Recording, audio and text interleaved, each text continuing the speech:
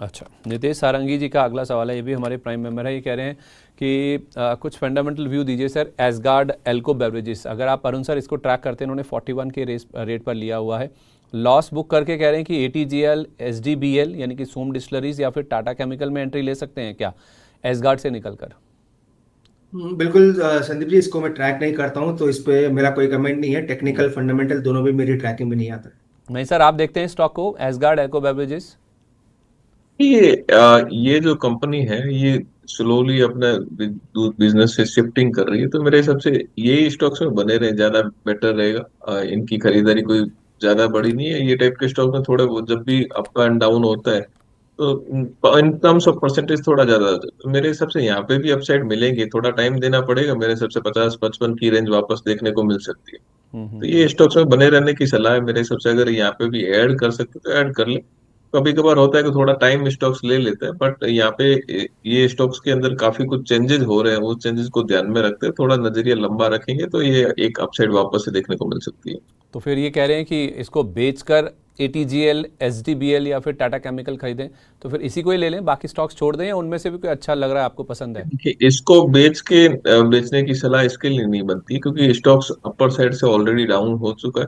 और यहाँ पे जो है रिस्ट्रक्चरिंग कंपनी की जो चल रही है उसके हिसाब से मुझे लगता है कि वापस इसमें एक अपसाइड के चांसेस बनेंगे। बट अगर नई खरीदारी करनी है तो टाटा केमिकल भी वहाँ पे भी ट्रिगर जो है 2-3 साल के हिसाब से ही अगर आपको खरीदना पड़ेगा। हम्म। एसडीबीएल में वैसा कोई ट्रैक्शन नहीं, क्योंकि उसमें कंप्लायंस के इश्यू ज्यादा बन जाए। एटीजीएल में ध्यान वैसे भी पॉजिटिव है, तो वहां पे भी लंबी अवधि से लेना है तो फिर लिया जा सकता है। तो ये अच्छा। काउंटर मेरे हिसाब से थोड़ा थोड़ा वहां पे डाइवर्सिफाइड किया जा सकता है, बट इस लेवल पे इस काउंटर को बेचने की सलाह नहीं है। पे विक्रांत जी हैं, HSCL, कह रहे हैं कि भागने वाला है क्या सर, पूछ रहे हैं, सजेस्ट कीजिए सर।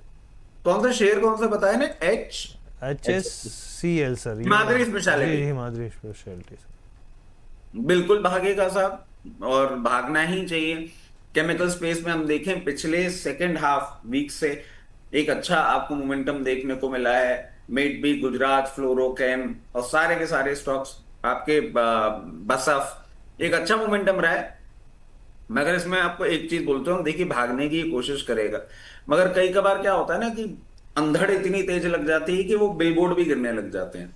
तो उस कंडीशन में आपको जो स्टॉप लॉस लगा के रखना चाहिए वो 748 का होगा। पहला टारगेट जो मैं अब देख पा रहा हूं इस मोमेंटम में वो 824 रुपए का होगा। और 824 रुपए के ऊपर सस्टेन करता है तो 856 रुपए तक जा सकता है। मेरी समझ से ये भी फुल तैयारी में बैठा हुआ है। चलिए, ये भी फुल तैयारी में। यहाँ पर सर की तरफ से राय निकल के आ रही है। ठीक है, 2 साल के पर्सपेक्टिव से अरुण सर, लंबी अवधि का अगर नज़रिया है तो सानवी सावंत जी कह रहे हैं कि एक तो मुझे नवीन फ्लोरिन पे आपकी राय दीजिए। इन्होंने सर 5,600 के रेट पर नवीन फ्लोरिन ले रखे हैं, और ये ऐड करना चाहती हैं, बोल रहे हैं कि कहाँ पे ऐड किया जा सकता है अगर 2 साल का नज़रिया है तो? देखिए संदीप जी, एक्सेलेंट चार्ट है। अराउंड 8200 के आसपास चल रहा है, तो मोमेंटम पॉजिटिव है। फ्रेश खरीदारी अगर करनी है तो मुझे लग रहा है किसी भी गिरावट पे मूविंग एवरेज के आसपास आए तो अराउंड 7800 के आसपास मिलता है, तो वहां पे बाई करना चाहिए। वैसे चांसेस काफी ब्लीक है 7800 तक के आने के, क्योंकि ऑलमोस्ट 500 रुपए दूर है। पर अगर किसी भी वजह से आता है तो वहां पे एडिशन करना चाहिए, डिप में खरीदारी करें। बाकी मोमेंटम पॉजिटिव है, जो भी स्टॉक है वो होल्ड करके चल सकते हैं। इसके अलावा वरुण जी, मैं आपके पास आना चाहूँगा। यहाँ पर सरकार की तरफ से एक इम्पॉर्टेंट फैसला लिया गया है इलेक्ट्रॉनिक कंपोनेंट मैन्युफैक्चरिंग स्कीम को लेकर यहाँ पर, और कई नए प्रोजेक्ट्स को जो है वो मंजूरी मिलती हुई दिखी है यहाँ पे। और इन प्रोजेक्ट्स की जो कुल वैल्यू जो निवेश निकल के आ रहा है अभी तक, वो करीब करीब 7,877 करोड़ के आसपास का नंबर जो निकल के आया है इसमें।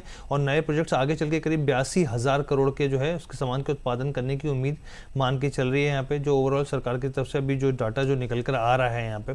अब इसमें कुछ कंपनियों को जो है वो अप्रूवल मिलता हुआ दिखा है यहाँ पे, इन्वेस्टमेंट अप्रूवल जो है यहाँ पे, जिसमें ज्योति सीएनसी है, सिरमा एसजीएस है यहाँ पे, इसके अलावा पीसीबीएल केमिकल है, इक्विटास केमिकल है, विप्रो ग्लोबल है, ऐसे बहुत सारे नाम निकल के आ रहे हैं। सर, आप इस खबर को किस लिहाज से देख रहे हैं, और क्या आपकी यहाँ पर जो है कहाँ पर फोकस करना चाहिए निवेशकों को, वो भी प्लीज सजेस्ट कीजिए।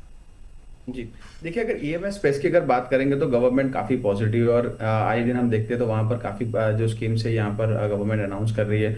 और ऑलमोस्ट आप देखेंगे जो इलेक्ट्रॉनिक मैन्युफैक्चरिंग में आप देखेंगे मोबाइल का जो है, अब ऑलमोस्ट सारे जो मोबाइल्स हैं इंडिया में ही अब मैन्युफैक्चरिंग हो रहा है, असेंबली बोल सकते हैं, बट वहाँ पर एक हो रहा है। तो काफ़ी एक पॉजिटिव साइन है, और आपने जिससे जो कंपनीज बताई है वो कंपनीज के लिए काफ़ी पॉजिटिव खबर है। अगर सिग्मा एसजीएस की आप बात करें तो देखिए आउट परफॉर्मर स्टॉक है, और यहाँ पर काफी अच्छे गेन्स हमें देखने को मिले। डेली चार्ट्स पर एक बढ़िया एक कंसोलिडेशन भी हो चुका है यहाँ पर, और स्टॉक ने अगर आप देखेंगे तो ऑन 10 अगस्त एक अच्छा मूव दिया था। उसके बाद लगातार आप देखेंगे तो 4-5 कैंडल उसी कैंडल के आसपास यहाँ पर कंसोलिडेट कर रही है। ये न्यूज चल के चलते यहाँ पर कोई पॉजिटिव यहाँ पर अगर रब ऑफ इफेक्ट मिलता है तो यहाँ पर, क्योंकि मंथली चार्ट और वीकली चार्ट पर मैं देख रहा हूँ तो एक अच्छा एक अप मूव यहाँ पर बन सकता है। तो आपका अगर ट्रेडिंग अगर पर्सपेक्टिव से काम करना है तो करीबन 1440 के स्टॉप लॉस के साथ सिरमा एसजीएस के अंदर एक पोजीशन बनाई जा सकती है। करीबन 1600 के अराउंड के टारगेट्स यहाँ पर बन सकते हैं, तो सिरमा एसजीएस काफी पॉजिटिव लग रहा है। चलिए, तो सर की तरफ से यहाँ पे राय निकल के आ रही है।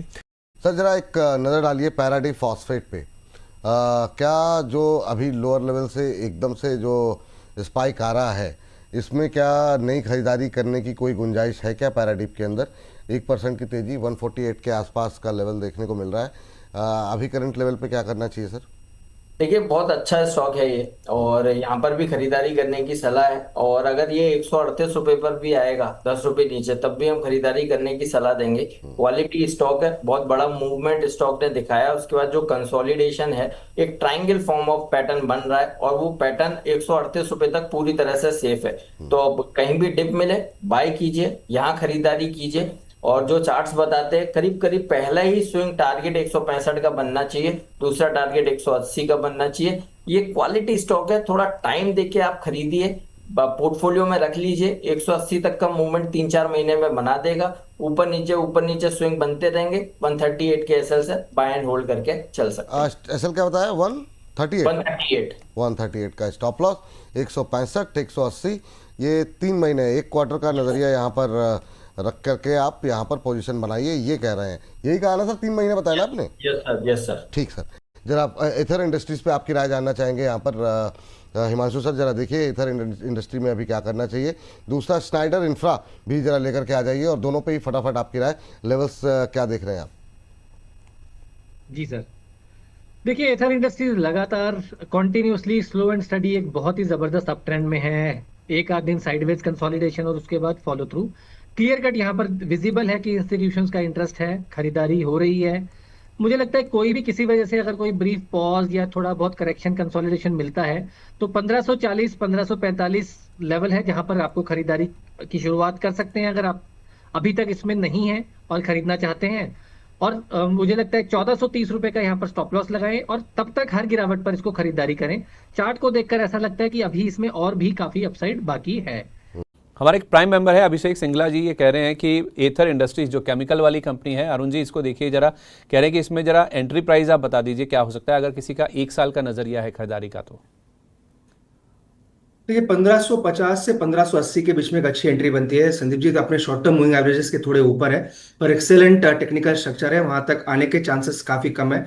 पर चूंकि एंट्री की बात कर रहे हैं, अगर आप एंट्री करना चाहते हैं तो हमेशा short to medium term moving average के क्लस्टर के बीच में करनी चाहिए। तो 1550 1580 के बीच में जब भी ये स्टॉक मिलता है वो एक अच्छा एंट्री जोन हो सकता है।